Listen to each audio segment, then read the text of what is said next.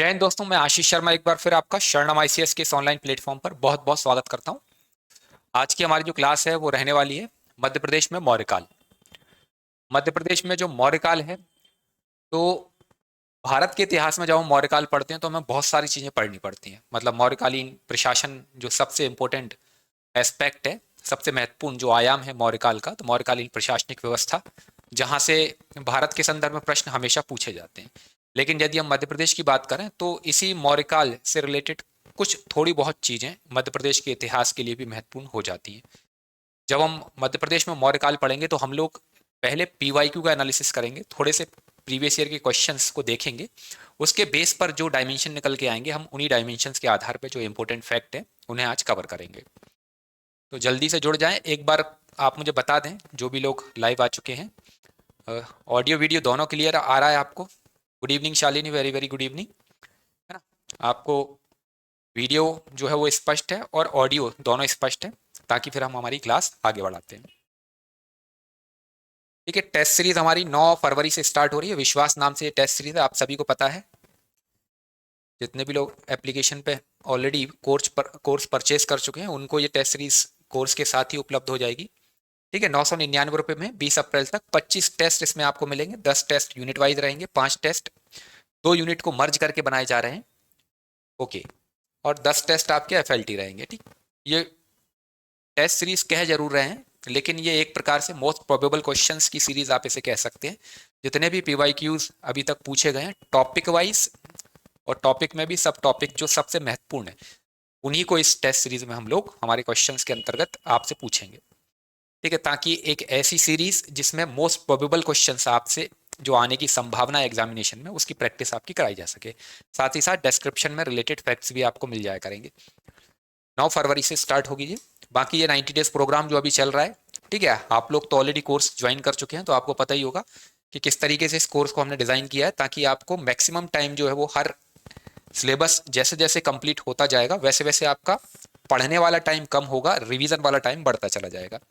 चलिए, आज की जो क्लास मतलब क्लास है हमारी, टॉपिक है वो है मध्य प्रदेश में मौर्यकाल। मौर्यकाल की क्लास करने से पहले हम लोग इस टॉपिक से एमपीपीएससी के द्वारा पूछे गए जो प्रश्न हैं उन पर एक नज़र डालेंगे। इससे हमें ये आइडिया लग जाएगा कि इस टॉपिक को हमें कितनी गहराई में पढ़ना है, मतलब कितने डेप्थ में जाके पढ़ना है, या फिर बिल्कुल ऊपर ऊपर से आयोग क्वेश्चन पूछ रहा है। तो दोनों ही चीज़ें इससे पता चल जाएंगी हमको। पीवाईक्यू बहुत ज़रूरी है किसी भी एग्जाम की तैयारी के लिए। प्रीवियस ईयर के क्वेश्चंस आपको हमेशा सजेस्ट किए जाते हैं कि एक बार पीवाईक्यू के बेसिस पे आप इंपॉर्टेंट टॉपिक्स निकालने का प्रयास अवश्य करें। देखिए, सबसे पहला क्वेश्चन जो आपका है ये है, सांची स्तूप का निर्माण किसने करवाया था? Who built the Sanchi stupa? ये एमपीपीएससी 2012 में पूछा गया क्वेश्चन है। ठीक है, वो बहुत ही आसान सा प्रश्न है। मतलब सांची के स्तूप का निर्माण किसने करवाया, ये हम सभी को पता है, मौर्य सम्राट अशोक इसका निर्माण करवाते हैं, और बहुत बेसिक सा क्वेश्चन है। इसके बाद दूसरा इंपॉर्टेंट क्वेश्चन है आपका कि भाई अभिलेखों में किस शासक का उल्लेख प्रियदर्शी एवं देवनाम प्रिय के रूप में किया गया है? ठीक है, which of the kings have been mentioned as Priyadarshi and Devanampriya in inscriptions? ये एमपीपीएससी 2015 में पूछा गया क्वेश्चन है, और ये भी बहुत बेसिक क्वेश्चन है। मतलब बहुत इन डेप्थ जाके नहीं पूछ रहा है। जब हम सम्राट अशोक को पढ़ेंगे, राधे राधे लाल जी, राधे राधे, तो हम वहां देखेंगे कि भाई सम्राट अशोक को उसके जो इंस्क्रिप्शंस हैं, उसके जो अभिलेख हैं, उन अभिलेखों में देवनाम प्रियदर्शी, है ना, देवनाम प्रियदर्शी राजा कहकर संबोधित किया गया है। तो ये उसी के लिए है। प्रियदर्शी मतलब ये पाली भाषा में है। ठीक, देवनाम प्रियदर्शी, लाजा, लाजा मतलब पाली भाषा में राजा को कहा जाता है। प्रियदर्शी का मतलब जो है वो प्रियदर्शी, दिखने में प्रिय, है ना। और देवनाम प्रिय क्यों कह रहे हैं? क्योंकि देवताओं का प्रिय, देवताओं का प्रिय। तो ये टर्मिनोलॉजी हम देखेंगे कि किस इंस्क्रिप्ट मतलब किसको कहा गया है ये। तो बहुत आसान सा प्रश्न है ये, अशोक की उपाधियां हैं एक प्रकार से। इसके बाद अगला क्वेश्चन है, अशोक ने अवंती महाजनपद को जीता और बिंदुसार के शासनकाल में उसे मौर्य साम्राज्य में मिला लिया। यह किस ग्रंथ में बताया गया है? देखिए, एकमात्र ऐसा ग्रंथ है जिसमें यह उल्लेख हमें मिला है, वो है बौद्ध ग्रंथ जो सामंत पासादिका है। बुद्ध घोष ने वो उस ग्रंथ की रचना की है। तो बुद्ध घोष का एक ग्रंथ है सामंत पासादिका, उसमें इस चीज का उल्लेख मिलता है कि भाई अशोक ने अवंती को जीतकर जो है वो किसमें, मौर्य साम्राज्य के अधीन कर दिया था, या उसमें विलीन कर दिया था। और ये किसके टाइम में? बिंदुसार के टाइम में। और नॉर्मली यदि आप देखोगे भी तो जो बिंदुसार हैं, जब बिंदुसार राजा थे तो सम्राट अशोक जो है वो अवंती के प्रांतपाल थे, मतलब अवंती के गवर्नर थे। और लगभग 11 वर्षों तक वो अवंती के प्रांतीय शासक के तौर पर शासन करते हैं बिंदुसार के टाइम पे। क्लियर है? ये थोड़ा सा मतलब क्वेश्चन जो था, बहुत सारे लोगों को पता नहीं था कि बुद्ध घोष की सामंत पासादिका में इस तरीके का उल्लेख है।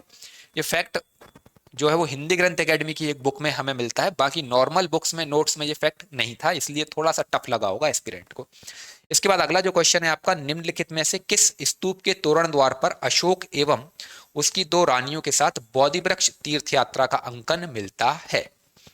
ठीक है, यदि इसके ऑप्शंस को देखेंगे आप तो ऑप्शन से जो क्वेश्चन अपने आप इस आसान हो जाएगा। मेनली अशोक ने जितने भी जो स्तूप बनवाए हैं, ठीक है, तो उन स्तूपों में हम देखेंगे तोरण द्वार हमें मेनली सांची के स्तूप में ज्यादा देखने को मिलते हैं। ठीक है, क्योंकि अशोक ने जिन स्तूपों का निर्माण करवाया है उसमें सांची के स्तूप ही सबसे बड़े हैं। ठीक है, बाकी स्तूप जो है वो साइज में बहुत छोटे हैं। तो इसलिए यदि देखेंगे तो नॉर्मली सांची के स्तूप पे अलग अलग जो है तोरण द्वार बने हुए हैं, और उन तोरण द्वारों से ही अशोक और उसके टाइम की जो गतिविधियां हैं, या उसने किस तरीके से वहां गया, उसकी रानियां किस तरीके से एसोसिएटेड रही उससे, वो सारा उल्लेख वही मिलता है। तो ये भी एक क्वेश्चन आप कह सकते हैं बहुत ज्यादा टफ नहीं था यदि आप थोड़ा सा लॉजिक लगाते इस क्वेश्चन में। खैर, ये अभी रिसेंटली 2022 में पूछा गया क्वेश्चन है, ये एमपीपीएससी 2020 में। तो आप ये भी कह सकते हैं कि अभी 2024 मतलब 2022 के बाद से 23, 24, 25 3 वर्षों से इस डायमेंशन से या इस टॉपिक से क्वेश्चन अभी आयोग ने नहीं पूछा है। ठीक है, इसके अलावा और क्वेश्चन है जो एमपीपीएससी के अदर एग्जाम्स में पूछे गए हैं, जैसे कि मध्य प्रदेश के किस स्थान से सम्राट अशोक के अभिलेख प्राप्त नहीं हुए हैं। तो इसमें सम्राट अशोक के अभिलेख मध्य प्रदेश के किन किन स्थानों से प्राप्त हुए हैं उनकी एक लिस्ट आपको मैंने लास्ट में बना करके दे दी है इसी पीपीटी में, वो आपको मिल जाएगी। तो स्थान आप याद कर लेना, जैसे कि अभी कारी तलाई बहुत पूछ रहा है अदर एग्जाम्स में, कसरावत जो है वो पूछा गया है, पान गुराड़िया ये पूछा गया है, रूपनाथ ये पूछा गया है। तो ये अशोक के विभिन्न अभिलेख हैं जो पूछे जाते हैं जो मध्य प्रदेश से प्राप्त हुए हैं। तो एक लिस्ट है, उसमें लिस्ट आप याद कर लेंगे, उसको 2-4 बार रिवाइज करेंगे आपको याद हो जाएगा। इसके बाद है सांची स्तूप का निर्माण किसके द्वारा कराया गया? ये अगेन रिपीटेड क्वेश्चन है, बस एमपीपीएससी में ये डेंटल सर्जन का जो एग्जाम हुआ था, ये असिस्टेंट डायरेक्टर में पूछा है, ये डेंटल सर्जन वाले एग्जाम में पूछा है। इसके बाद है सरु मरु की गुफाएं मध्य प्रदेश के किस जिले में स्थित है? ठीक, तो सरु मरु की जो गुफाएं हैं मेनली जो पानगुराड़िया अभिलेख है आपका सीहोर जिले से प्राप्त होता है। तो उसी पानगुराड़िया अभिलेख के पास सरु और मरु की गुफाएं हमें मिलती हैं। ठीक है, सरु से जो है वो तात्पर्य है सारीपुत्र और मरु से तात्पर्य है महामोदगलायन। तो यहाँ पर जो स्तूप बना हुआ है, मतलब जो वहां पर सारीपुत्र और महामोदगलायन के जो भग्नावशेष हैं, मतलब जो अवशेष हैं धातु अवशेष, तो उन्हीं के ऊपर यहाँ पर स्तूप का निर्माण हुआ है। तो उन्हीं के बारे में यहाँ से जानकारी मिलती है। ये नॉर्मल सा क्वेश्चन था। फिर सम्राट अशोक का पुत्र है, इसमें सम्राट अशोक के जो 4 पुत्र थे, महेंद्र, तीवर, कुणाल और जालुक, उन चारों का हम उल्लेख यहाँ पर देखेंगे। इनमें से 4 नाम थे, कौन सा एक था इसमें से सम्राट अशोक का पुत्र? सम्राट अशोक का एक पुत्र है उज्जैनी, इसका जो उत्तर था वो उज्जैनी था। एक्चुअल में जो विदिशा की श्रेष्ठी जो व्यापारी थे, उनकी बेटी के साथ सम्राट अशोक का जो विवाह होता है तो उनसे उन्हें 2 पुत्र उत्पन्न होते हैं, एक होता है महेंद्र और दूसरा होता है उज्जैनी। तो उस उज्जैनी के बारे में यहाँ से पूछा हुआ है कि निम्नलिखित में से कौन सम्राट अशोक का पुत्र है। और ये नॉर्मली ज्यादातर किताबों में नहीं मिलता, हम महेंद्र और संघमित्रा के बारे में ही पढ़ते हैं। लेकिन महेंद्र के साथ साथ उज्जैनी नामक पुत्र भी उत्पन्न होता है कुमार देवी से, जो विदिशा की श्रेष्ठी की पुत्री है। तो उसके बारे में जो क्वेश्चन था। इसके बाद है अशोक का लघु शिलालेख मध्य प्रदेश के निम्नांकित स्थान से नहीं मिला है। ठीक है, तो अशोक के जो शिलालेख हैं निम्नलिखित में से कहाँ से नहीं मिले हैं? तो देखो इसमें से डायमेंशन क्या निकल के आ रहे हैं। डायमेंशन एक सबसे इंपॉर्टेंट जो पॉइंट है वो ये है कि आपको मौर्य काल में चंद्रगुप्त मौर्य भी पढ़ना रहता है, बिंदुसार भी पढ़ते हैं, अशोक भी पढ़ते हैं, और अन्य शासकों के बारे में भी आपको पढ़ना रहता है। लेकिन पीवाईक्यू जितने भी देखे उन सभी पीवाईक्यू में जो सबसे मोस्ट इंपॉर्टेंट जो पर्सन है आपका, मोस्ट इंपॉर्टेंट जो रूलर है आपका, वो अशोक निकल के आ रहा है। जितने भी प्रश्न हैं वो सभी के सभी अशोक से संबंधित हैं, इसके अलावा और किसी से संबंधित नहीं है। चंद्रगुप्त मौर्य पर हमने एक भी क्वेश्चन नहीं देखा, ना ही हमने बिंदुसार के ऊपर कोई क्वेश्चन देखा। हमने जो प्रश्न देखे वो अशोक के ऊपर देखे। तो इस लिहाज से यदि हम देखें इस टॉपिक में जो सबसे इंपॉर्टेंट पार्ट है आपका, कि क्या चीज आपको जो है वो हाईलाइटेड रखनी चाहिए, मतलब आपका मोस्ट प्रोबेबल क्वेश्चन जो आपका बन सकता है यहाँ से वो किस टॉपिक पे बनेगा। तो एक तो अशोक के जीवन से संबंधित यदि कोई महत्वपूर्ण घटनाक्रम है वो आप अवश्य पढ़ें। दूसरा, अशोक के अभिलेखों से क्वेश्चन अवश्य आ रहा है कि भाई उसके अभिलेख कहाँ स्थित है, तो अभिलेखों से क्वेश्चन अवश्य आ रहा है। ठीक है। दूसरा, उसने जो सांची के स्तूप बनवाए हैं, जो उसने कुछ स्थापत्य में निर्माण कार्य किए हैं, तो ये 2-3 डायमेंशन निकल के आ रहे हैं, वो भी किसके जीवन से, अशोक के जीवन से संबंधित हैं।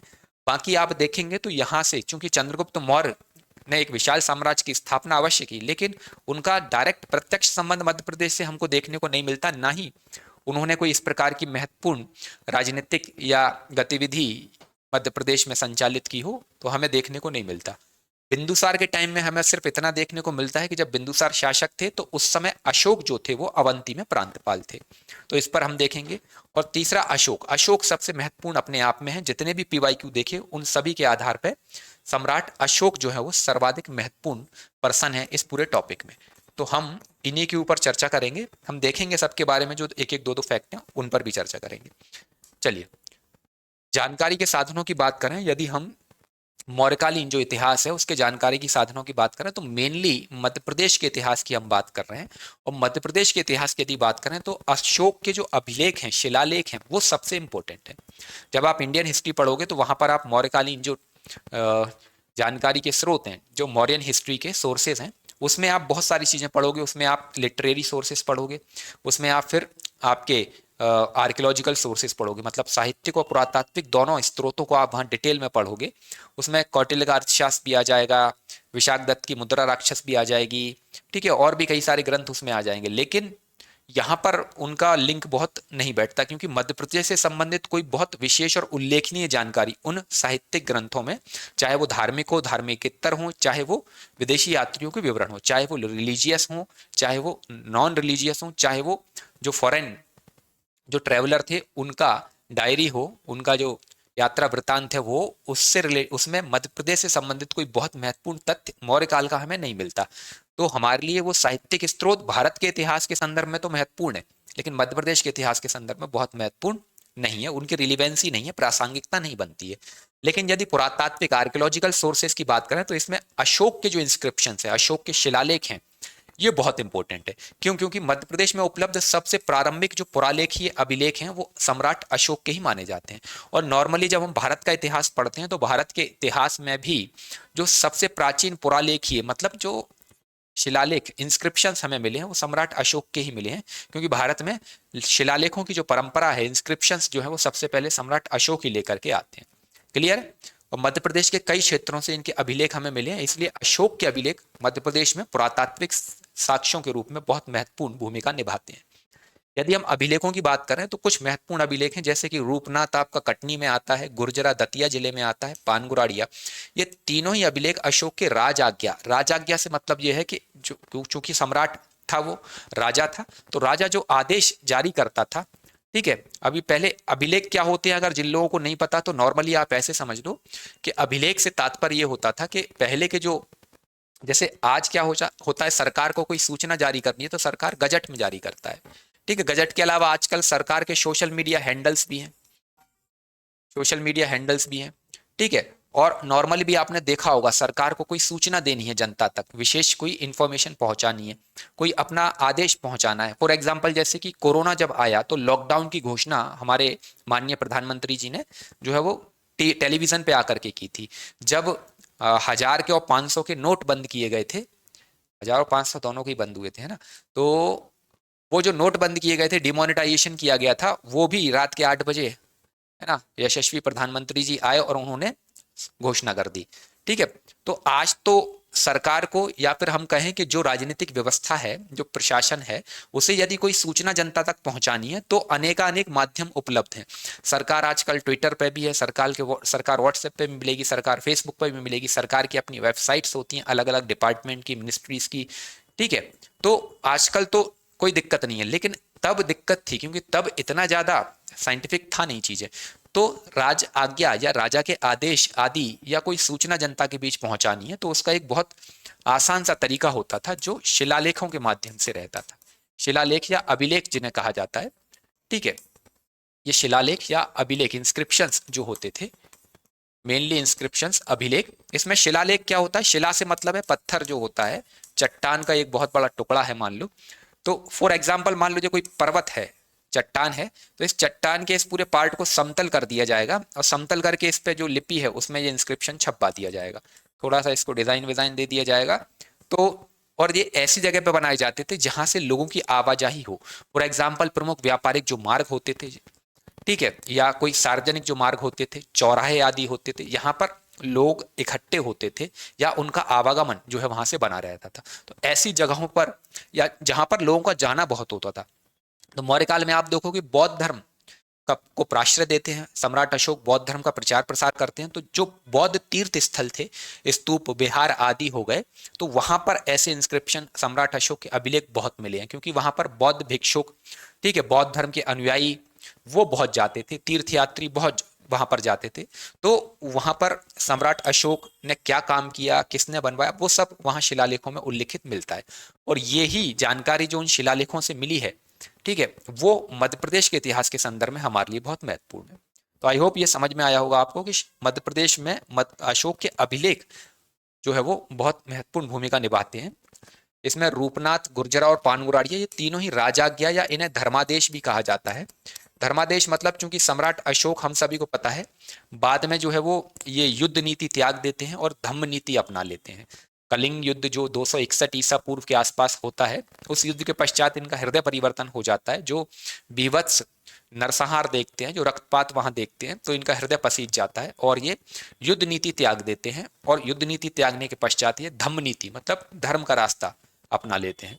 और उसके बाद कई सारे धर्मादेश इनके द्वारा जारी किए जाते हैं। इन आदेशों में इनके द्वारा किए गए जन कल्याणकारी कार्यों का उल्लेख होता है, ठीक है। जनता को जो धम्म जो है वो सिखाया जाता था, ठीक है, मतलब जो नैतिक और जो व्यावहारिक जो चीजें हैं वो बताई जाती थी धर्म के तरीके से। तो वो सारी चीजें इनके आदेशों में, इनके इन शिलालेखों में हमें मिलती हैं। खैर, हमें मध्य प्रदेश में इतना ज्यादा इन सब में नहीं पढ़ना, क्योंकि क्वेश्चंस का लेवल बहुत डिटेल में नहीं है, इतना डिटेल में है नहीं। और यदि आता भी है, बहुत डिटेल में आता है, तो देखिए उसके लिए आपको एडिशनल पढ़ने की जरूरत नहीं है, क्योंकि वो क्वेश्चन ना केवल आपके लिए बल्कि जो भी प्रत्याशी एमपीपीएससी की परीक्षा में बैठ रहा है उसके लिए वो क्वेश्चन टफ ही होने वाला है। तो ऐसे क्वेश्चन से दूरी बना लेना ज्यादा बेहतर है, क्योंकि आप उन इक्का दुक्का फैक्ट के लिए या ऐसे एक दो फैक्ट क्वेश्चन जो टफ लेवल के आने ही वाले हैं मान लो आप, ठीक है, उसके लिए आप बहुत ज्यादा पढ़ने का प्रयास करोगे। बहुत ज्यादा पढ़ने का मतलब यह है कि फिर आप इतिहास को बहुत गहराई में पढ़ने की कोशिश करोगे और आपका सिलेबस है बहुत ज्यादा। तो एग्जाम क्लियर करना आपका अगर गोल है तो उस लिहाज से आप इस अप्रोच को फॉलो करें। और यदि आपको नॉलेज गेन करना है, जो पहले ही हम बता चुके हैं कि नॉलेज गेन करना है, तो फिर आप उस भंवर में फंस के रह जाओगे, फिर नहीं निकल पाओगे। इसके अलावा अशोक के अन्य अभिलेखों की बात करें तो मध्य प्रदेश में कारी तलाई, खरबई, तालपुरा, भियापुर, सांची, नलपुरा, पानगुराड़िया, इन अन्य जगहों से भी अशोक के कई सारे अभिलेख हमें प्राप्त होते हैं, जो हमें मध्य प्रदेश के इतिहास के संदर्भ में बहुत महत्वपूर्ण जानकारी देते हैं। मतलब अशोक का लिंक मध्य प्रदेश से बिठाते हैं। एक एक करके हम लोग देखेंगे। सबसे पहले हम मौर्यकालीन जो शासक है चंद्रगुप्त मौर्य, उनके बारे में कुछ बेसिक फैक्ट समझेंगे।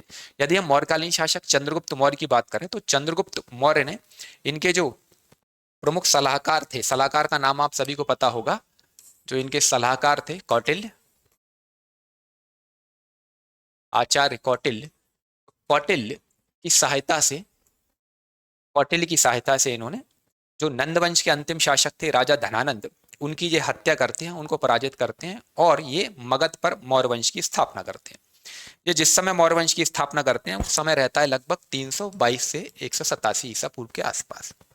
मतलब ये पूरा शासनकाल लिख दिया मैंने, चूंकि ये पूरा चंद्रगुप्त मौर्य का शासनकाल नहीं है, ठीक है, चंद्रगुप्त मौर्य का नहीं है ये शासनकाल। चंद्रगुप्त मौर्य जो है वो आपके 322 से लेकर के, ठीक है, आई होप शायद 302, सॉरी, बिंदुसार 298 तक, इसे 298 कर लेना आप, 298 ईसा पूर्व तक रहेंगे। हालांकि 187 ईसा पूर्व तक जाएंगे तो पूरा मौर्य काल आ जाएगा। मतलब मौर्य काल का जो अंतिम सम्राट है वो 187 बीसी के आसपास हमें देखने को मिलता है, बृहद्रथ जिसका नाम है। यदि हम चंद्रगुप्त मौर्य की बात करें तो ये मौर्य वंश के संस्थापक माने जाते हैं, फाउंडर है मौर्य वंश के। इन्होंने ही मौर्य वंश की स्थापना की। इन्होंने मगध का जो राजा था धनानंद, जो नंद वंश का शासक था, उसे पराजित किया और 322 ईसा पूर्व के आसपास इन्होंने मगध पर मौर्य वंश की स्थापना की थी। After defeating king Dhanananda of Magadha in 322 BC. अब यदि हम चंद्रगुप्त मौर्य की बात करें तो भारतीय इतिहास में इनको लेकर के बहुत चीजें कही जाती हैं, जैसे कि ये पहले ऐसे महान सम्राट हैं जिन्होंने अखिल भारतीय साम्राज्य की स्थापना की थी। मतलब उसके पहले हम लोगों ने देखा महाजनपद युग रहता है। महाजनपद काल में क्या रहता है, पूरा भारत छोटे अलग अलग महाजनपदों में विभाजित रहता है। ठीक है, मतलब उसमें राजनीतिक जो एकीकरण है, पॉलिटिकल जो यूनिफिकेशन है, वो देखने को नहीं मिलता। लेकिन मौर्य वंश जब एस्टेब्लिश करते हैं चंद्रगुप्त मौर्य, तो ये पहले ऐसे सम्राट बनते हैं, रूलर बनते हैं, किंग बनते हैं, जो पूरे भारत को पॉलिटिकली क्या कर देते हैं, यूनिफाइड कर देते हैं, उसका राजनीतिक एकीकरण कर देते हैं। ठीक है, और एक विशाल साम्राज्य की स्थापना करते हैं। इनका जो विशाल साम्राज्य आप देखोगे तो इनके साम्राज्य का विस्तार, जो एक्सपांशन ऑफ द एम्पायर, वो कहां से कहां तक था। अब ये इनके साम्राज्य विस्तार को क्यों देख रहे हैं, क्योंकि यदि इन्होंने इतने विशाल साम्राज्य की स्थापना की है तो साम्राज्य के केंद्र में मध्य प्रदेश आएगा। और जब मध्य प्रदेश आएगा तो डेफिनेटली हम कह सकते हैं कि भाई चंद्रगुप्त मौर्य ने जिस विशाल साम्राज्य की स्थापना की थी, उस विशाल साम्राज्य का हिस्सा वर्तमान मध्य प्रदेश भी रहा था। इनका जो साम्राज्य था वो पश्चिमोत्तर क्षेत्र में, मतलब जो आपका नॉर्थ वेस्ट जो रीजन है इंडिया का, वहां पर हिंदू कुश जो पर्वत माला है, वहां से लेकर के दक्षिण पूर्व में बंगाल की खाड़ी तक एक विशाल जो है वो इन्होंने साम्राज्य एस्टेब्लिश किया। और उत्तर से दक्षिण में देखेंगे तो उत्तर में हिमालय जो माउंटेन्स है, हिमालय जो रेंज है नॉर्थ में, वहां से लेकर के साउथ में दक्षिण में कृष्णा नदी के मुहाने तक या कृष्णा नदी के जो है वो तट तक इन्होंने एक विशाल साम्राज्य की स्थापना की थी।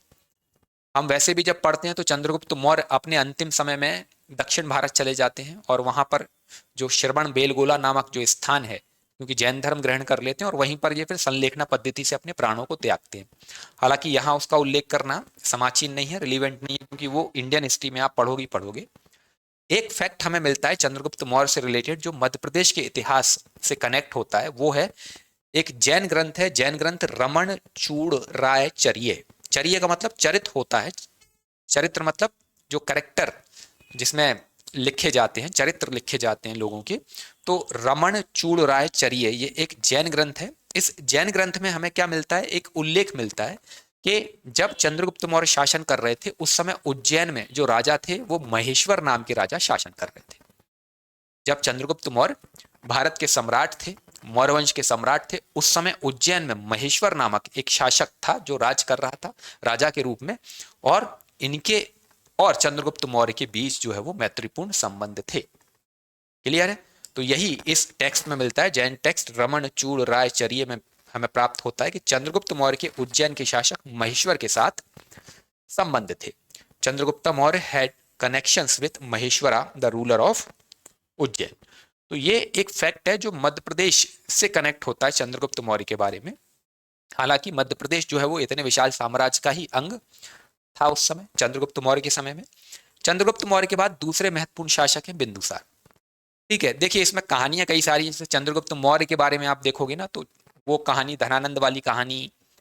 ठीक है, कौटिल्य धनानंद के दरबार में जाता है, वहां फिर अपमानित होता है, फिर चंद्रगुप्त मौर्य जो एक छोटा सा बालक रहता है उसे देखता है, वो सब कहानियां हैं। वो आप लोग इंडियन हिस्ट्री में देख पढ़ लेना। ये खेल खेल रहा होता है, फिर इसे गड़रिए गौपालक होता है, वो इसे पालता है, तो उससे खरीद लेता है चंद्रगुप्त मौर्य और अपना बदला लेने के लिए इसे राजा के रूप में जो है वो बड़ा करता है। सारे जो राजा के लिए आवश्यक जो गुण हैं वो सब इसे सिखाता है, शिक्षा देता है। ठीक है, इसी प्रकार बिंदुसार के बारे में कहानी प्रचलित है कि इनका नाम बिंदुसार क्यों पड़ा। तो ये कहा जाता है कि चंद्रगुप्त जो मौर्य थे उन्हें आचार्य जो कौटिल्य है उन्होंने ट्रेन किया, ट्रेनिंग पूरी उन्होंने ही दी, उन्होंने प्रशिक्षित किया, तक्षशिला में उन्हें शिक्षा दीक्षा सब दिलाई। तो चंद्रगुप्त मौर्य जब सम्राट बनते हैं तो उसी शिक्षा के अंतर्गत कौटिल्य जो था वो चंद्रगुप्त मौर्य को बचपन से ही, जब से उसकी शिक्षा प्रारंभ होती है तो उसके भोजन में बहुत ही छोटी मात्रा में, कम मात्रा में जो है विष देता रहता था, जहर जो है वो उसे खिलाता था, ताकि उसका जो शरीर है उस जहर का क्या हो जाए, आदी हो जाए और वो जहर उसे नुकसान ना करे। क्योंकि पहले क्या होता था, आज भी आप, आज तो नहीं खैर, लेकिन पहले क्या होता था, जो राजा सम्राट होता था ना, वो सम्राट सबसे ज्यादा जो है वो महत्वपूर्ण व्यक्ति होता था और उसके पीछे षड्यंत्र बहुत रचे जाते थे। षड्यंत्र जो है वो उसके जो सहयोगी होते थे, साथ काम करने वाले होते थे, या उसी के अधीन जो छोटे छोटे शासक आदि होते थे या पड़ोसी जो राज्य होते थे, वो षड्यंत्र रचते थे ताकि जो सम्राट है उसे मार दिया जाए, तो गद्दी खाली होगी, फिर उस गद्दी पे दावा किया जाएगा, उत्तराधिकार का दावा प्रस्तुत किया जाएगा। बहुत सारी चीजें जो सम्राट बनने की महत्वाकांक्षा रखते थे या राज हथियाना चाहते थे, वो इस तरीके के षड्यंत्र रचते थे।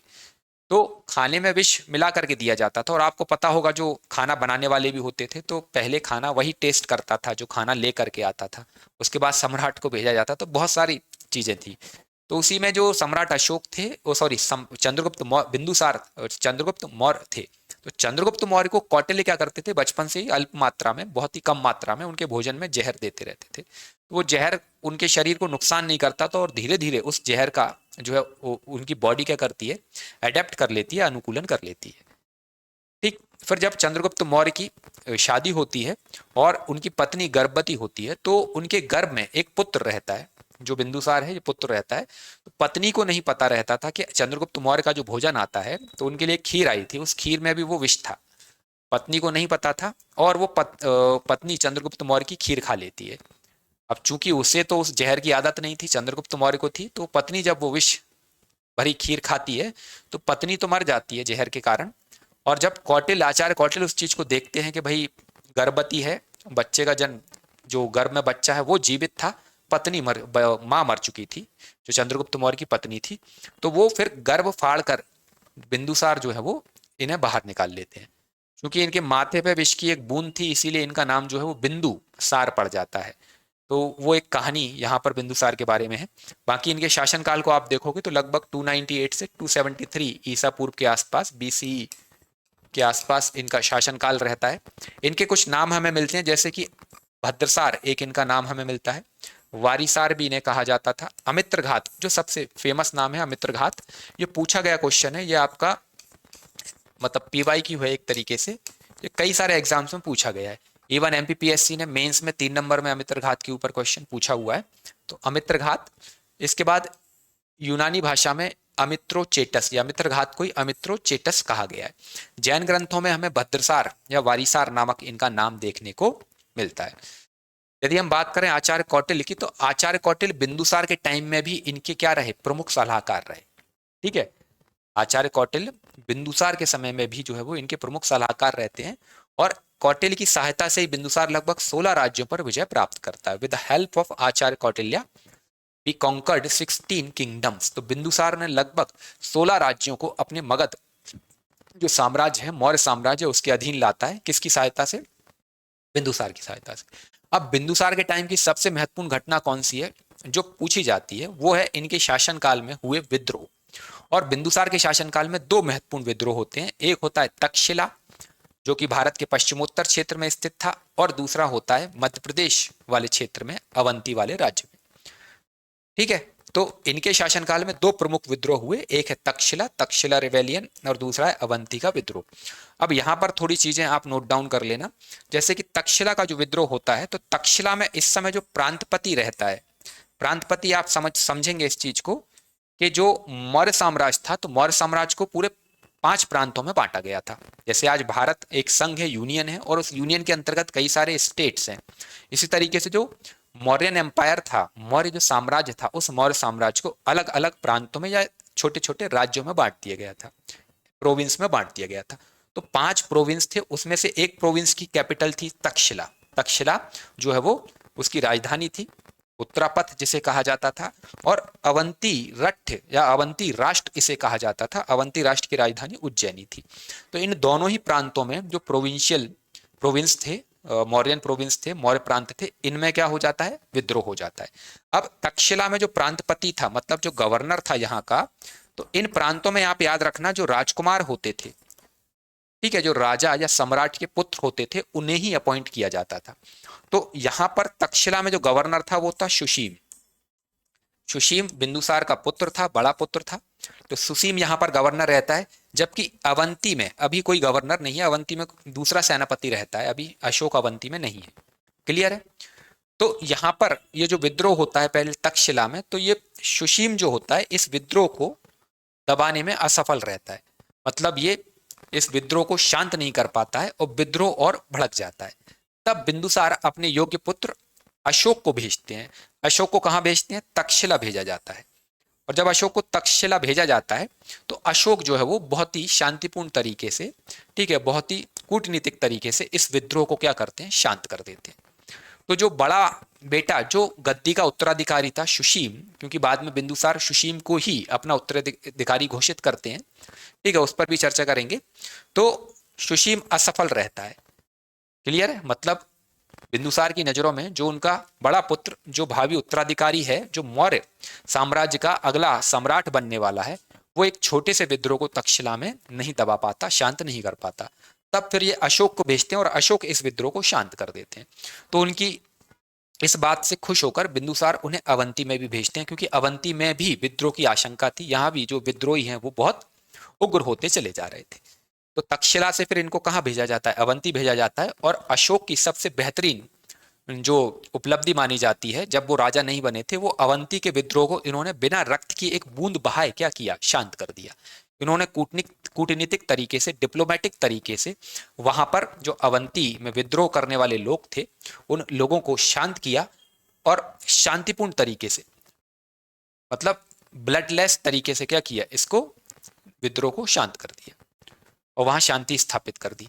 जब शांति स्थापित होती है तो कायदे से तो बिंदुसार को अशोक को अवंती मतलब मगध बुलाना चाहिए, लेकिन चूंकि ये सुशीम को क्या बनाना चाहते थे? सम्राट बनाना चाहते थे।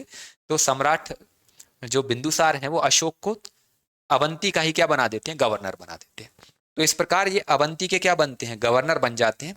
तो अवंती में बाद में प्रांतपति किसको बनाया जाएगा? तो अवंती में जो प्रांतपति हैं, गवर्नर, वो बनेंगे अशोक। कौन बनेंगे? अशोक। और जब अशोक अवंती के गवर्नर बनाए जाते हैं तो अशोक यहाँ लगभग 11 वर्षों तक राज्यपाल के रूप में या गवर्नर के रूप में, है ना, क्या करते हैं? शासन करते हैं। क्लियर है? तो लगभग 11 साल ये अवंती में रहते हैं। इसीलिए अशोक बहुत महत्वपूर्ण हो जाते हैं मध्य प्रदेश के इतिहास के लिए। आई होप ये समझ में आया होगा। ना समझ में आया तो एक बार फिर से देख लो। 2 जगह विद्रोह होता है बिंदुसार के काल में। पहला होता है तक्षशिला में, दूसरा अवंती में। तक्षशिला का जो गवर्नर था वो था सुसीम। सुसीम विद्रोह को दबाने में असफल रहता है, तब अशोक को भेजा जाता है। जब अशोक को भेजा जाता है तो अशोक इस विद्रोह को शांत कर देते हैं। इसी को देखते हुए अवंती में भी चूंकि विद्रोह हो रहा था तो वहां पर अशोक को भेज दिया जाता है। अशोक अवंती का विद्रोह बिल्कुल बिना रक्त की एक बूंद बहाए शांतिपूर्ण तरीके से वहां शांति स्थापित कर देते हैं। तो इन्हें अवंती का क्या बना दिया जाता है? गवर्नर बना दिया जाता है। आई होप यहाँ तक चीजें आपको क्लियर हो गई होंगी। कोई डाउट हो तो पूछ लेना। तो अशोक ने तक्षशिला और अवंती दोनों विद्रोहों को शांत किया। ठीक है। सामंत पादासिका नामक जो ग्रंथ है बुद्ध घोष का, इसमें कहा गया है कि अशोक ने बिना युद्ध किए उज्जैनी में सत्ता स्थापित कर विद्रोह को शांत किया और अवंती को मौर्य साम्राज्य में मिलाया। Ashoka established his authority in Ujjain without waging war, quelled the rebellion and incorporated Avanti into the Mauryan Empire. तो आई होप ये जो चीज मैंने समझाई थी थोड़ी देर पहले आपको, है ना, तक्षशिला और अवंती का विद्रोह, वही चीज है।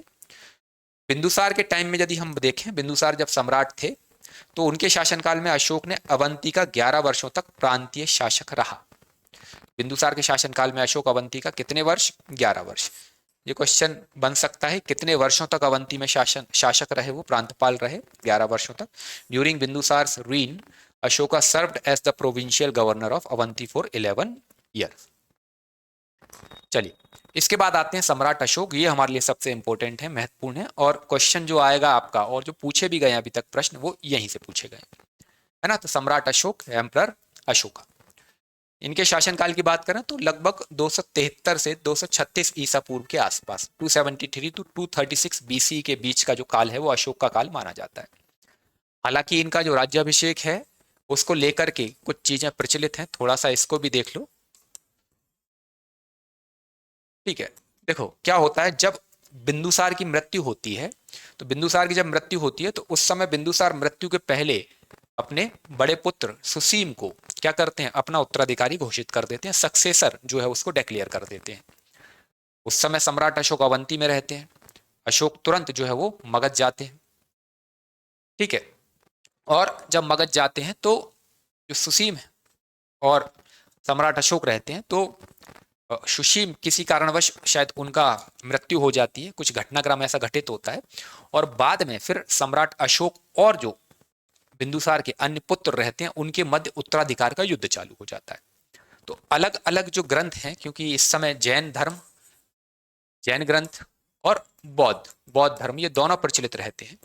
तो आप देखेंगे जैन धर्म में कहा गया है कि इसने, सम्राट अशोक ने कितने भाइयों की, 6 भाइयों की हत्या की, और 6 भाइयों की हत्या करके ये क्या बने, सम्राट बने। दूसरे बौद्ध ग्रंथ कहते हैं कि अशोक ने 99 भाइयों की हत्या की है। कितने भाइयों की, 99 भाइयों की। तो इनके भाइयों के मध्य जो है वो ये उत्तराधिकार का सक्सेशर जो है वो उसका युद्ध छिड़ जाता है। ठीक है, और उसके कारण अलग अलग जो है टेक्स्ट हैं, जैन टेक्स्ट और बौद्ध टेक्स्टों में अलग अलग आंकड़ा दिया गया है। ठीक है, अब ये आंकड़ा देने के पीछे भी एक रीजन है, क्योंकि देखिए आप जो बौद्ध ग्रंथ हैं, बौद्ध ग्रंथों में अशोक को बहुत महान बताया गया है, ग्रेट रूलर बताया गया है, क्योंकि इसने बौद्ध धर्म को प्राश्रय भी दिया, उसको संरक्षण देता है। इसी के समय में हम देखेंगे जो बौद्ध संगीति होगी तीसरी अशोक के काल में ही होगी। ठीक है, पाटलिपुत्र में। तो ये जो सम्राट अशोक हैं, इन्हें बौद्ध ग्रंथों में बहुत महान बताने का प्रयास किया गया है।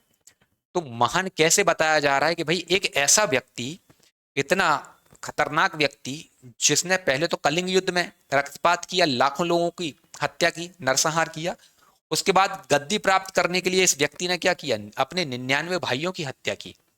समझ में आ रहा है कि नहीं आ रहा? इसने क्या किया, अपने 99 भाइयों की हत्या की। अब बौद्ध धर्म ऐसा धर्म है कि एक ऐसा व्यक्ति जो अपने 99 भाइयों की हत्या गद्दी प्राप्त करने के लिए कर रहा है, उस धर्म ने क्या किया, इस ऐसे व्यक्ति का भी हृदय परिवर्तित कर दिया। तो इससे बौद्ध धर्म की महानता भी एस्टेब्लिश हो गई, और सम्राट अशोक को भी फिर बाद में जितने बौद्ध ग्रंथ आएंगे उसमें महान बौद्ध जो है वो अनुयायी के तौर पर उन्हें दर्शाया जाता है। क्लियर है? जैन ग्रंथों ने 6 भाइयों की हत्या लिखी है, क्योंकि जैन धर्म इस समय जो है वो पीछे छूटने लगता है बौद्ध धर्म से। क्योंकि देखिए कोई भी धर्म सस्टेन तभी करता है जब उसको राजकीय प्राश्रय मिलता है, राजनीतिक संरक्षण किसी धार्मिक कम्युनिटी को, धार्मिक समुदाय को, रिलीजियस कम्युनिटी को जब मिलता है तो वो बहुत ग्रो करता है। ठीक है, फिर उसी के अनुयायी रहेंगे, उसके जो रिलीजियस जो टीचर्स रहेंगे, धार्मिक गुरु रहेंगे, उनका बोलबाला रहता है, वो जो बोलते हैं जनता उनको सुनती है, मानती है, सरकार उनके अगेंस्ट कोई एक्शन नहीं लेती। आप इसकी तुलना आज के हिसाब से कर सकते हैं, आज भारत में जो स्थिति है वहां पर आप देख लो। ठीक है, कि धार्मिक जो गुरु हैं उनका बोलबाला बहुत ज्यादा है। आप हर प्लेटफॉर्म पे कहीं भी जाकर के देखो, आज कई सारी चीजें हैं, कई सारी बातें आजकल होने लगी जो संविधान के विरुद्ध हैं। भाई इंडिया में सेकुलर स्टेट की बात की जाती है, हम धर्मनिरपेक्ष राज्य की बात करते हैं, मतलब स्टेट का कोई धर्म नहीं होगा, लेकिन आज सरकार के लोग ही हिंदू राष्ट्र की बात कर रहे हैं। ठीक है, और साथ ही साथ ठीक, तो ऐसी कई सारी चीजें हैं कि नहीं, क्यों? क्योंकि डायरेक्ट नहीं, डेमोक्रेसी है, कॉन्स्टिट्यूशन है, डायरेक्ट नहीं, लेकिन इनडायरेक्टली हम सभी को पता है कि किस तरीके से जो है वो इस एक धार्मिक विचारधारा को आगे बढ़ाने का प्रयास किया जा रहा है।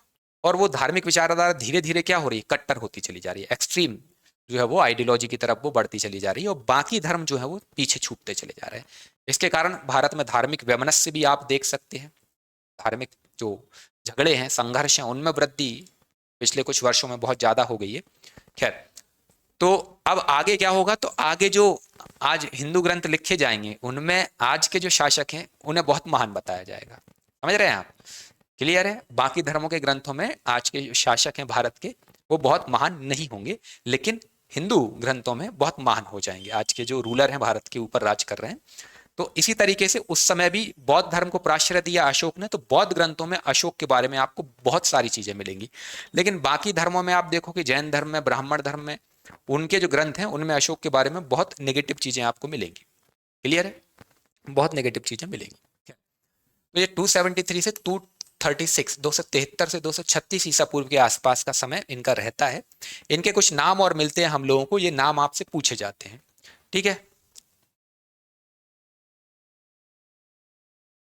प्रिया जी कह रहे हैं सब पॉलिटिशियन अपने हित के लिए कर रहे हैं।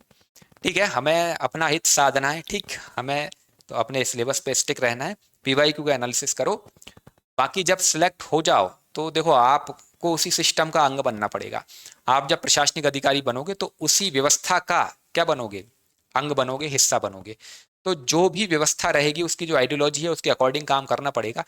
ठीक है, अगेंस्ट काम करोगे आप, दो तरीके होते हैं काम करने के। एक तो आपको अपने करियर में बहुत ग्रोथ चाहिए, जैसे आप डिप्टी कलेक्टर बन गए, करियर में बहुत ग्रोथ चाहिए, और आपको पता है कि आने वाले 15 20 25 साल ये जो विचारधारा वाली सरकार है, जिस भी राजनीतिक विचारधारा दल, जो भी जिस भी राजनीतिक दल की सरकार है उसकी जो भी विचारधारा है, तो कुछ अधिकारी आप देखेंगे ऐसे होते हैं कि वो उनकी विचारधारा को क्या करते हैं, एक्सेप्ट कर लेते हैं और फिर उसी के अनुसार वो काम करते हैं, मतलब सरकार के फेवर में काम करते हैं, जनता जाए तेल लेने।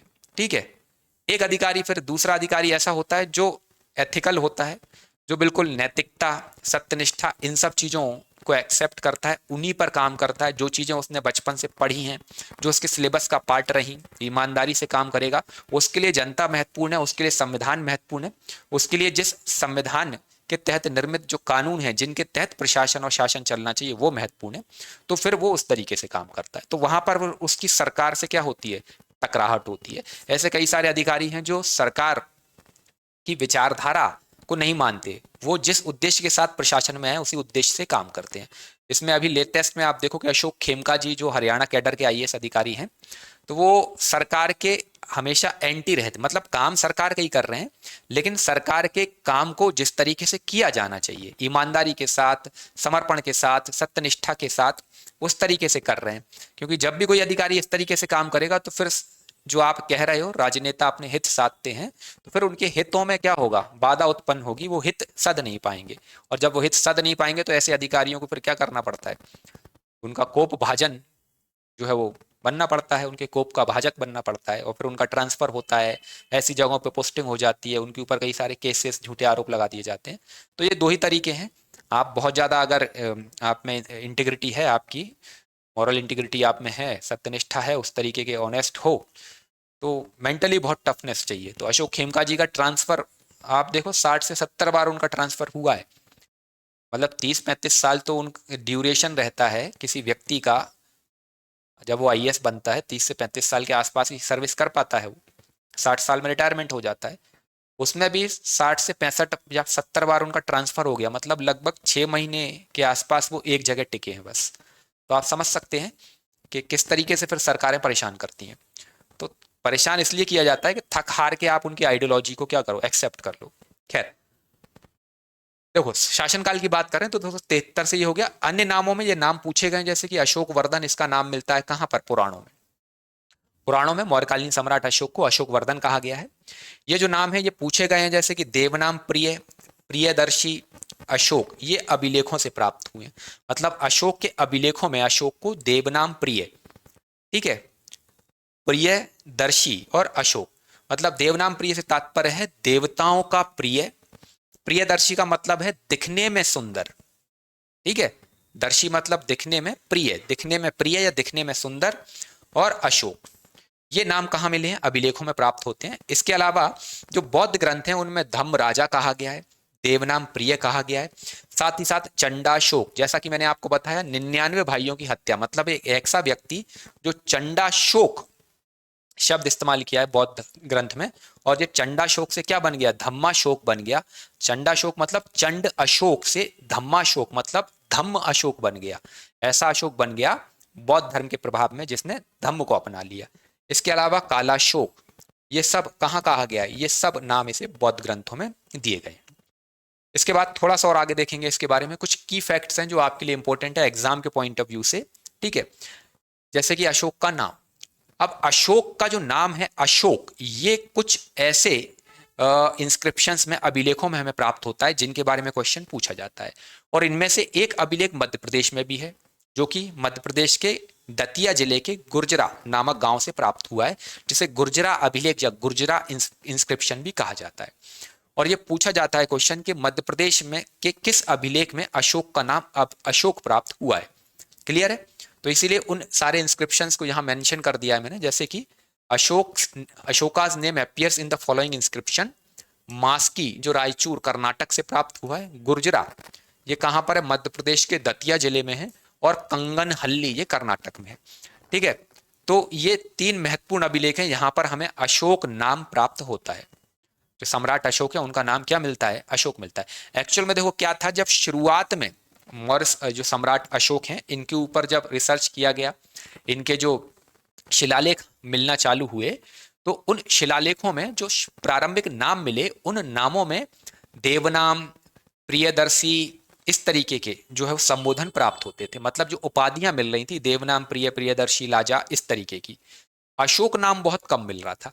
बाद में हम देखेंगे कि सी बीडन करके एक जो है वो रहते हैं ब्रिटिश अधिकारी, वो इंजीनियर रहते हैं, वो अशोक के अभिलेखों को देखते हैं, खोजते हैं, और वो फिर वहां पर अशोक नाम जो है वो उन्हें प्राप्त होता है। तो इसमें मास्की कर्नाटक में, गुर्जरा में भी फिर अशोक मिलता है, और फिर कंगनहल्ली कर्नाटक में। तो इन तीनों में ही अशोक का नाम हमें अशोक प्राप्त होता है। ठीक है। इसके बाद मध्य प्रदेश की बात करें तो मध्य प्रदेश में गुर्जरा दतिया से अशोक का नाम हमें क्या मिलता है, तो यहां मिलता है देवनाम प्रिय प्रियदर्शी अशोक राजा। Name of the Ashokas, Ashoka from Gurjara Datia inscription, Devanam Priya Priyadarshi Ashok राजा। तो ये पूरा यहां पर मिलता है, उपाधि के साथ अशोक राजा इसे कहा गया है गुर्जरा अभिलेख में। और ये मोस्ट इंपोर्टेंट है एमपी के पॉइंट ऑफ व्यू से, यूनिट नंबर 2 में ये क्वेश्चन सीधा सीधा भी पूछा जा सकता है कि किस अभिलेख से अशोक का नाम अशोक मिला है मध्य प्रदेश में, तो गुर्जर अभिलेख से। अब बात करें अशोक की विवाह की, तो अशोक के तो विवाह कई हुए, लेकिन उसमें जो सबसे महत्वपूर्ण विवाह जो मध्य प्रदेश के इतिहास से लिंक करता है वो है विदिशा के श्रेष्ठी की पुत्री कुमार देवी के साथ, है ना। कई जगह इनका नाम श्री देवी भी आपको मिल जाएगा, तो कंफ्यूज नहीं होना, आप देवी याद रखना कि ये कोई देवी थी जो विदिशा के श्रेष्ठी। श्रेष्ठी कौन होते थे, तो जो व्यापारी, ठीक है, व्यापारी थे। और मेनली ये शाक्य, है ना, शाक्य कुमारी इन्हें कहा जाता है, क्योंकि इनके जो पिता थे वो शाक्य कुल से थे, तो शाक्य कुमारी इन्हें कहकर संबोधित किया जाता है। तो विदिशा के श्रेष्ठी की पुत्री कुमार देवी या श्री देवी के साथ इनका विवाह होता है। ठीक है। और ये जो विवाह होता है, इस विवाह से इनको महेंद्र नामक पुत्र और संगमित्रा नामक पुत्री का जन्म होता है। यहां पर एक और चीज ऐड कर लेना कि महेंद्र के साथ साथ यहां पर श्रीदेवी से उज्जैनी नामक पुत्र भी उत्पन्न हुआ था। तो 2 पुत्र हुए थे, एक उज्जैनी, दूसरा महेंद्र, और पुत्री है संगमित्रा। ठीक है। पुत्री कौन है, संगमित्रा, पुत्र महेंद्र और उज्जैनी। तो ये 3 बच्चे जो है वो उत्पन्न होते हैं, किससे, इस विदिशा के श्रेष्ठी की पुत्री से, जो सम्राट अशोक के साथ विवाहित होती है। ठीक है। बाद में हम देखेंगे कि यही जो कुमार देवी है, कल मैंने आपको बताया था उज्जैन में जो वैश्य टेकरी है ना, शाक्य राजकुमारी कहलाती हैं, वैश्य समुदाय से आती थी, व्यापारी थे, वैश्य कहलाते थे, व्यापारी। तो उज्जैन के कानीपुरा नामक क्षेत्र में एक जो स्तूप मिला है वैश्य टेकरी नामक स्थान पे, उसका निर्माण इनके द्वारा कराया जाता है। ठीक है। तो वो कल हमने उस पर चर्चा भी की थी। वही स्तूप है जो उज्जैन में प्राप्त हुआ है, जहां पर भगवान बुद्ध का जो आसन था और जो चीवर दुशाला थी, जो ओढ़ते थे वो कपड़ा, जो जीवक को किसने दिया था, चंड प्रदोत ने दिया था, और फिर जीवक ने उसको भगवान बुद्ध को भेंट कर दिया था। तो वही चीवर और जो आसन है वो उज्जैन को मिलता है, उज्जैन में उस पर स्तूप बनता है, और उसी स्तूप को बाद में ये शाक्य कुमारी जो राजकुमारी है, ठीक है, या श्रीदेवी हैं, ये उसको संवर्धित कराती हैं, जो आज वैश्य टेकरी के नाम से जाना जाता है उज्जैन में। आई होप यहां तक चीजें क्लियर हुई होंगी, है ना। इस उज्जैनी पे तो प्रश्न आया हुआ है, उज्जैनी इसका पुत्र है। इसके बाद सर्वप्रथम यदि अशोक के अभिलेखों को किसने पढ़ा, ये एक बेसिक सा क्वेश्चन है। तो 1837 ईस्वी में अशोक के अभिलेखों को पढ़ने में सफलता किसने प्राप्त की, वो थे जेम्स प्रिंसेप। ठीक है। इन्होंने जो पढ़ा था वो ब्राह्मी लिपि में था वो अभिलेख, जिसे पढ़ा।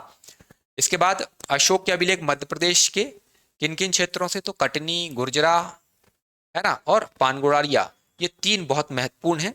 बाकी अन्य स्थानों से भी मिले हैं, जिनकी लिस्ट मैंने लास्ट में इसमें लगा दी है। सांची से, मध्य प्रदेश के सांची से अशोक का लघु स्तंभ लेख प्राप्त हुआ है। देखिए, जब हम इंडियन हिस्ट्री पढ़ते हैं ना, तो अशोक के अभिलेखों को हम लोग अलग अलग पार्ट में डिवाइड करते हैं। कैसे डिवाइड करते हैं, तो अशोक के जो अभिलेख हैं तो उसमें बृहत शिलालेख करते हैं। बृहत मतलब बहुत बड़ी जो चट्टान है, पत्थर है, उस पर अभिलेख खुदे हुए हैं। फिर आते हैं लघु शिलालेख। लघु शिलालेख मतलब एक छोटा सा जो है वो शिलालेख है, बहुत बड़ा नहीं है, फॉर एग्जाम्पल इस बोर्ड के साइज का। ठीक है। और जो बृहत शिलालेख है वो पूरा का पूरा एक दीवार कह सकते हो, चट्टान है, उस चट्टान का जो एक वो है दीवार सी, उसको सपाट करके फिर उस पर बहुत बड़ा अभिलेख लिखा गया है, तो बृहत शिलालेख कहलाते थे। लघु शिलालेख जो है वो आपको इस तरीके के छोटे छोटे शिलालेख जो है वो आपको प्राप्त होते हैं, लघु शिलालेख कहा गया है। तो ये लघु शिलालेख, और एक मिलता है स्तंभ लेख।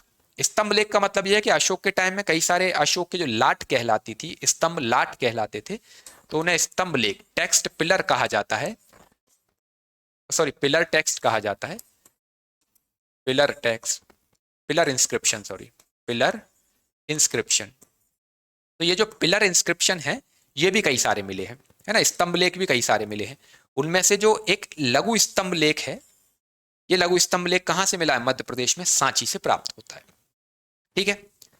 इसके अलावा सांची के स्तूपों का निर्माण किसने करवाया? सम्राट अशोक ने करवाया। सम्राट अशोक ने ये जो स्तूप बनवाए हैं सांची में, ये मेनली किससे बने हैं? ईंटों से बने हैं, ईंटों से निर्मित हैं। और जब हम इसके बाद मौर्योत्तर काल पढ़ेंगे तो मौर्योत्तर काल में देखेंगे शुंग काल में ये जो ईंटों से बने हुए स्तूप हैं, इन स्तूपों के चारों तरफ पत्थर से फिर क्या तोरण द्वार और रेलिंग वगैरह ये सब बनवाई जाएंगी शुंग शासकों के द्वारा। ठीक है। तो अभी ये ईंटों से बने हैं और केवल स्तूप हैं, इनके चारों तरफ कोई मतलब ऐसी संरचना नहीं मिलती जो इसको प्रोटेक्ट कर पाए। ठीक है।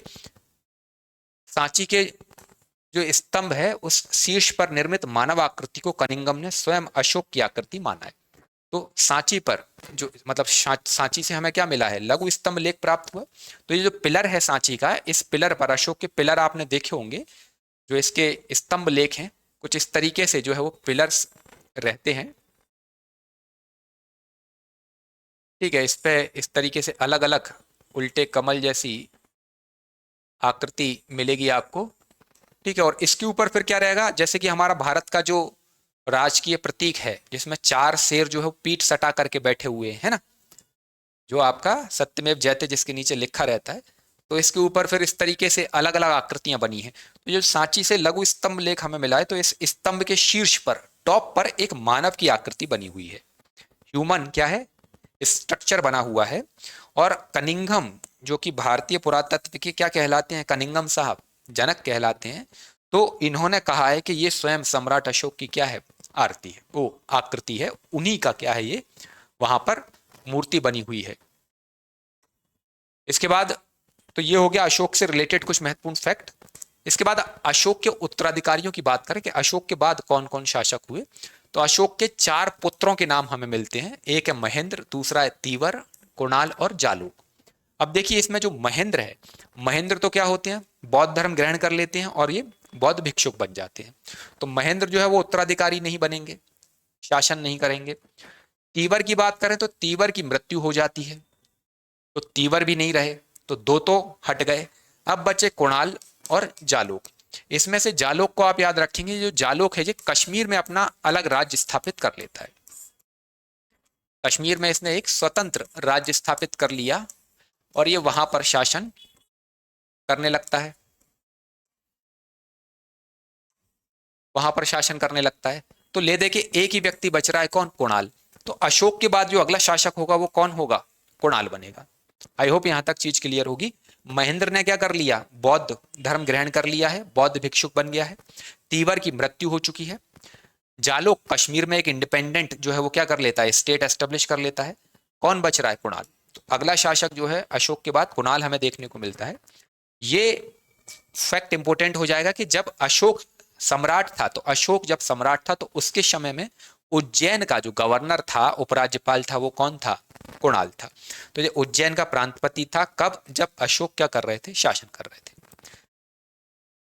बौद्ध एवं जैन ग्रंथों में इसे अंधा बताया गया है, इसे ब्लाइंड बताया गया है। किसमें? बौद्ध एवं जैन ग्रंथों में। इसके बारे में एक कहानी, थोड़ी छोटी सी कहानी है सॉरी।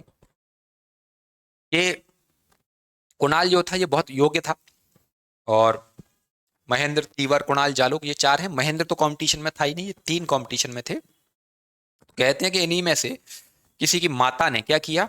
कुणाल को अंधा करवा दिया, मतलब इसे कोई ऐसी चीज खिला दी जिसके कारण जो है इसकी आंखों की ज्योति चली जाती है, ताकि ये फिर सम्राट ना बन सके, उत्तराधिकारी ना बन सके। किसका? मौर्य साम्राज्य का। तो ये अंधा हो जाता है। चूंकि योग्य था तो सम्राट अशोक का इससे बहुत लगाव था। ये इसे कहाँ भेजते हैं? अवंती भेज देते हैं। और वहां पर अवंती का जितना भी कुछ गांव की आय रहती है वो इसके जीवन यापन के लिए इसको डेडिकेटेड कर देते हैं। बाद में फिर ये मगध नहीं आता है और वहीं पर ये क्या बना रहता है? तो वहां का प्रांतपति बना रहता है और वहाँ इसकी व्यवस्था चलती रहती है। तो इसके साथ बड़ी दुखद घटना घटित हो जाती है, ठीक है, क्योंकि चिढ़ने वाले लोग बहुत रहते हैं। इसके बाद जालौक आता है। जालौक के बारे में मैंने बताया, कश्मीर में इन्होंने एक अलग राज्य एस्टेब्लिश कर लिया, ये मगध आते ही नहीं है, और यहीं से मौर्य साम्राज्य का विघटन भी चालू हो जाता है। डिसइंटीग्रेशन ऑफ मौर्यन एम्पायर यहाँ से चालू होता है, अलग अलग राज्यों की स्थापना इस तरीके से होती हुई मिलेगी। फिर आते हैं संप्रति। संप्रति कौन है? तो ये अशोक के कौन है? पौत्र हैं, मतलब ग्रांड सन है सम्राट अशोक के, और जो कुणाल हैं, कुणाल के कौन है? पुत्र हैं संप्रति, ठीक है। अशोक का पौत्र, अशोकास ग्रांडसन। ये उज्जैनी के शासक थे अशोक के काल में, सॉरी, उज्जैनी के शासक थे, और अशोक के काल में उज्जैनी के कौन थे? कुमारामात्य थे। कुमारामात्य आप ऐसे कह लो आज के समय में जो आईएएस अधिकारी होता है, वर्तमान में जो इंडियन एडमिनिस्ट्रेटिव सर्विसेज का जो अधिकारी होता है, मतलब भारत की प्रशासनिक व्यवस्था में सर्वोच्च अधिकारी कौन है? आईएएस को माना जाता है, ठीक है। उसी प्रकार मौर्यकालीन प्रशासनिक व्यवस्था में जो सर्वोच्च प्रशासनिक अधिकारी था, टॉप लेवल का जो एडमिनिस्ट्रेटिव ऑफिसर होता था, वो कुमारामात्य होता था, आज के आईएएस के बराबर। तो ये कुणाल के पुत्र थे, और जब कुणाल वहां के कौन थे? अवंती के शासक थे। उस समय ये वहां पर अवंती में कौन थे? उज्जैन में आईएएस के तौर पर इन्हें कुमारामात्य के तौर पर अपॉइंट किया जाता है। बाद में फिर ये मौर्य साम्राज्य के क्या बनते हैं? सम्राट बनते हैं। ये जैन धर्म के परम अनुयायी थे, मतलब इनके समय में जो जैन धर्म है उससे बहुत ज्यादा क्या किया गया? संरक्षण प्रदान किया गया, प्रोटेक्शन प्रदान किया गया, और जैन धर्म के लिए इन्होंने बहुत काम किया, इसीलिए इनको जैन श्रमण संघ का परम प्रभावक कहा गया है, ठीक है। He was a devout follower of Jainism and great patron of the Jain monastic order. तो जैन धर्म से संबंधित, जैन धर्म को संरक्षण देने वाले और जैन श्रमण संघ के परम प्रभावक के तौर पर जाने जाने वाले मौर्य सम्राट कौन है? संप्रति।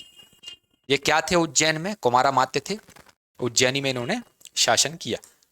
इसके बाद आते हैं अंतिम शासक भद्रथ, ठीक है। भद्रथ मौर्य वंश के अंतिम शासक हैं। हालांकि संप्रति के बाद भी कई शासक आते हैं, लेकिन उनसे हमारा कोई लेना देना नहीं है, ठीक। अंतिम शासक भद्रथ, ये भारतीय इतिहास के संदर्भ में भी इंपॉर्टेंट हो जाता है आपका। अब कुछ महत्वपूर्ण फैक्ट हैं जो मौर्य काल से रिलेटेड हैं, जैसे कि मौर्य शासकों ने कुल कितने वर्षों तक शासन किया? तो इन्होंने लगभग 137 वर्षों तक, 137 ईयर्स तक इन्होंने क्या किया? शासन किया। मौर्य साम्राज्य की बात करें तो मौर्य साम्राज्य 5 प्रांतों में विभाजित था। टोटल 5 क्या थे? इनके प्रोविंस थे, 5 प्रांतों में विभाजित था। जब Mauryan empire was divided into 5 provinces. किसके समय में? अशोक के समय में। कौन कौन से थे? तो एक है आपका उत्तरापथ, जिसे उदीच्य भी कहा जाता था, और ब्रैकेट में इनकी कैपिटल लिखी हुई है, तक्षशिला उत्तरापथ की राजधानी थी। फिर अवंती रठ या अवंती राष्ट्र भी इसे कहा जाता था, और अवंती रठ या अवंती राष्ट्र की राजधानी थी उज्जैनी। फिर आता है प्राच्यपथ, या इसे प्राच्य भी कहते थे। प्राच्य मतलब पूरब की तरफ, सॉरी, जो क्या बोलते हैं इसको, हाँ, प्राच्यपथ, पाटलिपुत्र, जो मगध वाला पार्ट है, केंद्रीय पार्ट। फिर आता है पूरब में तोसली। तोसली ये कहां पर है? कलिंग। और इसके बाद है दक्षिणापथ, ये दक्षिण में, सुवर्णगिरी इसकी राजधानी थी, या कनकगिरी भी इसे कहा जाता था, सुवर्णगिरी और कनकगिरी। बस होने वाला है, खत्म होने वाला है प्रिया जी, है ना, ये क्लास आपकी एंड होने वाली है। ये जितने भी इसके प्रांत थे, यहाँ पर राजकुमारों को ही अपॉइंट किया जाता था। यहाँ पर किसकी नियुक्ति होती थी? तो राजकुमारों की नियुक्ति होती थी, ठीक है। मौर्यकालीन कुछ प्रमुख जनपद जो मध्य प्रदेश में थे, जैसे कि उज्जैनी एक जनपद था, विदिशा, एरण, पवाया, तूमेन, तूमेन जो वर्तमान गुना, रीवा, त्रिपुरी, दशपुर और कुररघर, ये सभी मौर्यकाल में प्रमुख जनपदों, जनपद मतलब आप ऐसे समझ लो आज के समय में जो जिले के रूप में जो इकाई होती है उसकी बात हो रही है। नरक घर बहुत फेमस है अशोक का। नरक घर से तात्पर्य था कि जो बहुत कुख्यात अपराधी होते थे ना, या जो दंड दिया जाता था, बहुत ही कठोर शारीरिक दंड दिया जाता था, उसके लिए अशोक ने जो है वो एक नरक घर उज्जैन में एस्टेब्लिश किया था। हेल हाउस, हेल हाउस इसे कहते थे, नरक घर। ये उज्जैन में अशोक के द्वारा बनवाया गया था। वर्तमान में यहाँ पर भैरूगढ़ जो जेल है वो संचालित होती है, ठीक। मौर्यकालीन मध्य प्रदेश से संबंधित कुछ महत्वपूर्ण अन्य तथ्य, जैसे कि मौर्यकाल में उज्जैन और विदिशा किसके लिए फेमस थे? तो उज्जैन और विदिशा सूती वस्त्र उद्योग के लिए फेमस थे, ठीक। इसी प्रकार विदिशा की बात करें तो विदिशा में हाथी दांत के दंत शिल्पकार, मतलब हाथी दांत से बहुत महत्वपूर्ण कलाकृतियां बनाने वाले जो शिल्पी थे वो निवास करते थे। टकसालों की बात करें, मिंट जहां पर सिक्के ढाले जाते थे, तो उज्जैनी और ऐरण में टकसालें स्थापित थी मौर्यकालीन मध्य प्रदेश में। इसके अलावा तूमैन, विदिशा, उज्जैनी, माहिष्मती और त्रिपुरी, ये कुछ ऐसे महत्वपूर्ण नगर थे जो महत्वपूर्ण व्यापारिक मार्गों पर क्या थे, एस्टेब्लिश थे। अवंती की बात करें तो बल्ख के साथ, बल्ख मतलब एक विदेशी राष्ट्र है, उसके साथ मध्य प्रदेश के अवंती के व्यापारिक संबंध थे। और बल्ख से लेकर तक्षशिला तक का जो मार्ग है उसे कौटिल्य ने हेमवत पथ कहकर संबोधित किया है। ये एक सूची है, इस लिस्ट को आप लोग देख लेना, है ना। जो मध्य प्रदेश से प्राप्त मौर्यकालीन प्रमुख अभिलेखों की बात करें तो इसमें लगभग 10 कुछ महत्वपूर्ण अभिलेख हैं जिनके बारे में क्वेश्चन पूछा जाता है। जैसे कि रूपनाथ कहाँ है, तो रूपनाथ कटनी में है, वर्तमान कटनी जिले में आता है। कारीतलाई, ये भी वर्तमान कटनी जिले में एस्टेब्लिश्ड है। इसके बाद कसरावद, ये कहाँ पर है, पश्चिमी निमाड़ खरगोन में है आपका। खरबई कहाँ पर है, रायसेन जिले में है। गुर्जरा, ये दतिया जिले में है। तालपुरा आपका सीहोर में है। पानगुड़ारिया, जो सरू मरु की गुफाएं हैं, इसी पानगुड़ारिया सीहोर में है। भियापुर, भियापुर भी सीहोर में है। सांची कहाँ है, रायसेन में है। और वैश्य टेकरी, ये कहाँ है, वैश्य टेकरी कानीपुरा उज्जैन में है। रूपनाथ, गुर्जरा, सांची और पानगुड़ारिया के जो अशोक के अभिलेख हैं, राज आज्ञा या धर्मादेश कहे जाते हैं। तो आई होप ये चीजें आपको क्लियर हो गई होंगी। ये पीपीटी आपको मिल जाएगा, है ना। चलिए, कोई डाउट हो इसमें तो एक बार पूछ लो आप लोग, अदरवाइज क्लास को हम लोग समाप्त करते हैं। कल हमारी क्लास उत्तर जो मौर्यकाल है या पोस्ट जो मौर्यन एरा है उसके ऊपर रहेगी। कोई डाउट किसी को? जितने भी इंपॉर्टेंट फैक्ट थे उन सब पर हमने चर्चा कर ली है। मेनली अशोक और अशोक से संबंधित जो चीजें हैं वहां से प्रश्न आने की संभावना सर्वाधिक रहेगी। ठीक है, कोई डाउट हो तो एक बार पूछ सकते हैं, अदरवाइज हम लोग क्लास समाप्त करते हैं।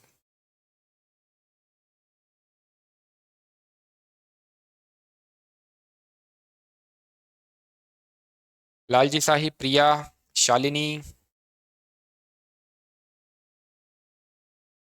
ओके, कोई डाउट नहीं है।